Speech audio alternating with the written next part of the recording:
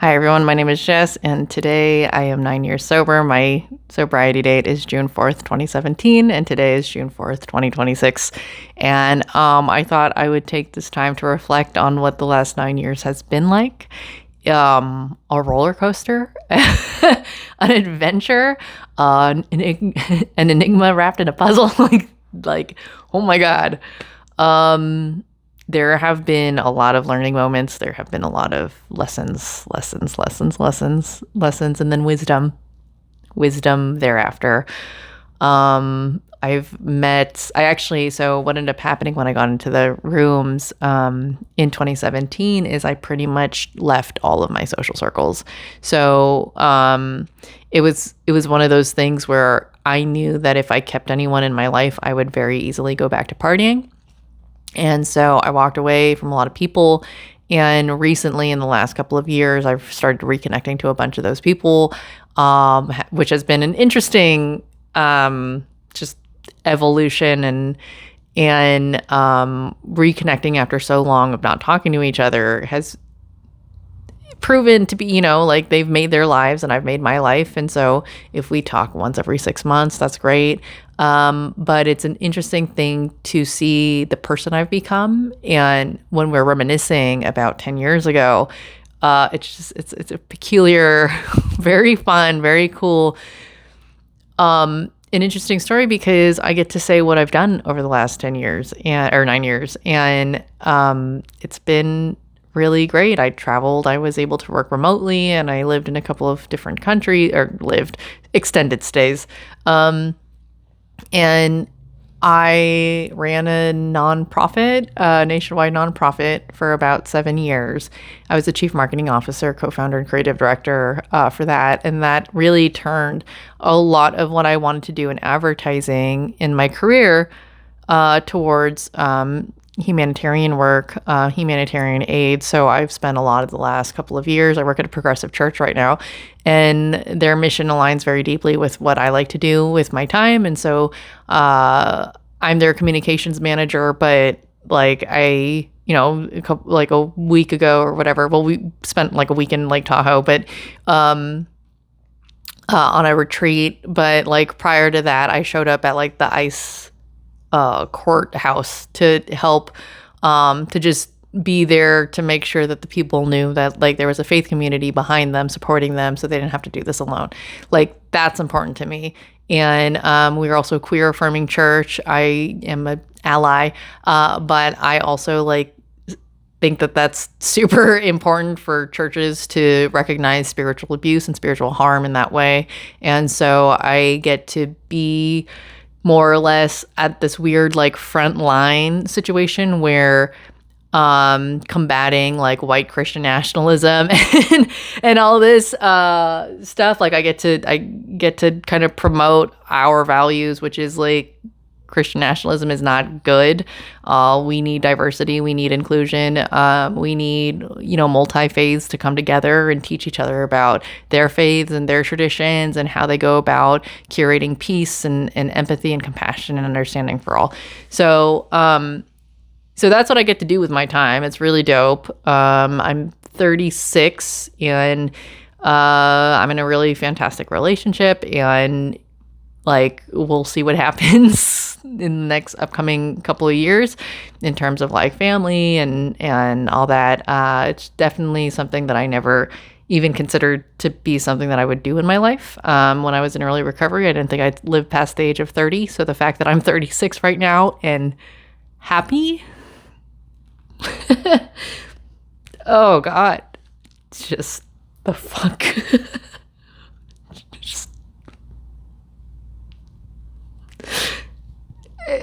I don't even, how do you quantify that? You can't. I don't think you can.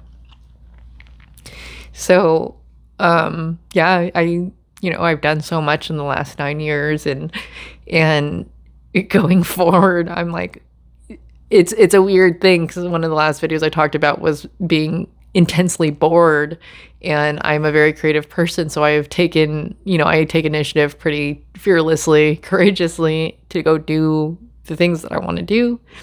And I don't have that barrier. A lot of the times I don't have the barrier. In fact, I think I overact. I feel the fear and I'm like, like let's just throw things at the wall and see what sticks. And I've definitely been able to curate and manage that I wouldn't call it anxiety. I'll call it overexcitement, to get things done and like to ask questions and learn things and just figure out like what am I doing now and what's coming next, and also doing a lot of the deep trauma healing. I spent a lot of the times doing a lot of therapy work and helping all other people in addiction recovery, and particularly the unhoused community, to like help kind of just sit with people and talk to folks and be a human being and be real. There was a point in my life where I was surrounded by a lot of rich people, and not to say that rich people are bad or evil or anything like that, but I would hear their problems and I would say, it's not what I want to talk about. That's not where I want to spend my time. And that was a good portion of the beginning of sobriety for me. And now I have a very well mixed social group, where I can sit there and be like, okay, let's hear the first world problems. I also have first world problems. And so, yeah, it's just a very big intermix of stuff. I ended up getting my EMT certification after, having a lifelong fear of blood. And about 2 years, I got certified to be an EMT, which just was the craziest thing. My mom, who's Filipino, always wanted me to be a nurse. And I was like, no. And now I would consider going to nursing school. I love the medical stuff so much. And I also train Brazilian Jiu-Jitsu and have been training that for a couple of years now. And I'm really enjoying it. And I just sprained my knee for about 2 months, so I'm getting back into it. But usually I would train like 5 times a week. So we'll just see kind of what happens. But trust me when I say this, being an EMT, working at a church, training Brazilian Jiu-Jitsu is not the life that I thought I would live 10 years ago. I didn't think I would even be alive. And the fact that I'm like totally in love with this guy who shows up in the most amazing ways, even if I'm having a problem, he still shows up, and he never makes me feel less than or bad for feeling my feelings. And it's really, I think, all you can ask for. And we're still getting to know each other a lot, but it's been really good. And the friends that I've made ever since I moved 2 years ago have been just incredible, and I'm so grateful and so lucky. And this is the first time in my life where I haven't wanted to like get up and just start my life over again. And I think that that's a pretty significant thing. I've had a ton of fun, so much fun. I've had so much fucking fun. And also, tears of sadness, tears of grief, and tears of joy, sometimes all three at once. And yeah, I don't think I would ever want to go through recovery again and the last 9 years again. I would never want to do that. But I'm so grateful that it panned out the way that it did. I took so many risks. I did some of the stupidest shit.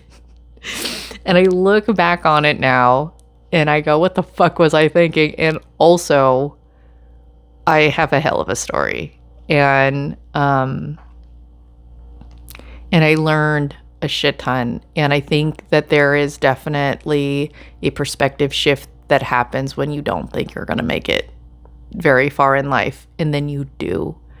And then all of a sudden the world fucking opens up, because the perspective that you have that shifted is, I shouldn't even be here.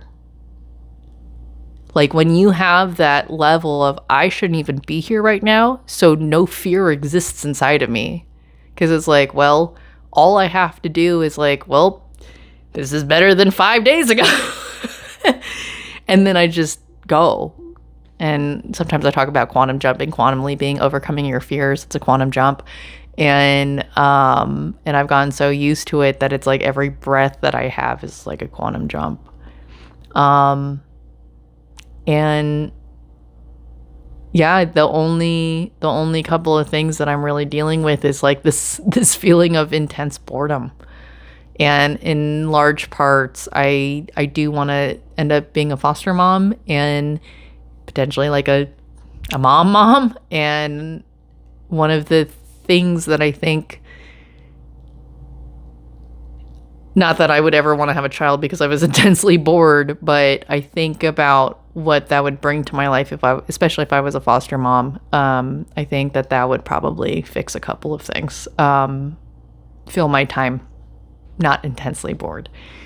I don't know if there's going to be intensely other things, intensely stressful, intensely whatever, but I think I have run the gamut of what I can do for myself. And I have run giant organizations, and now it's kind of like, well, I've done everything else in life.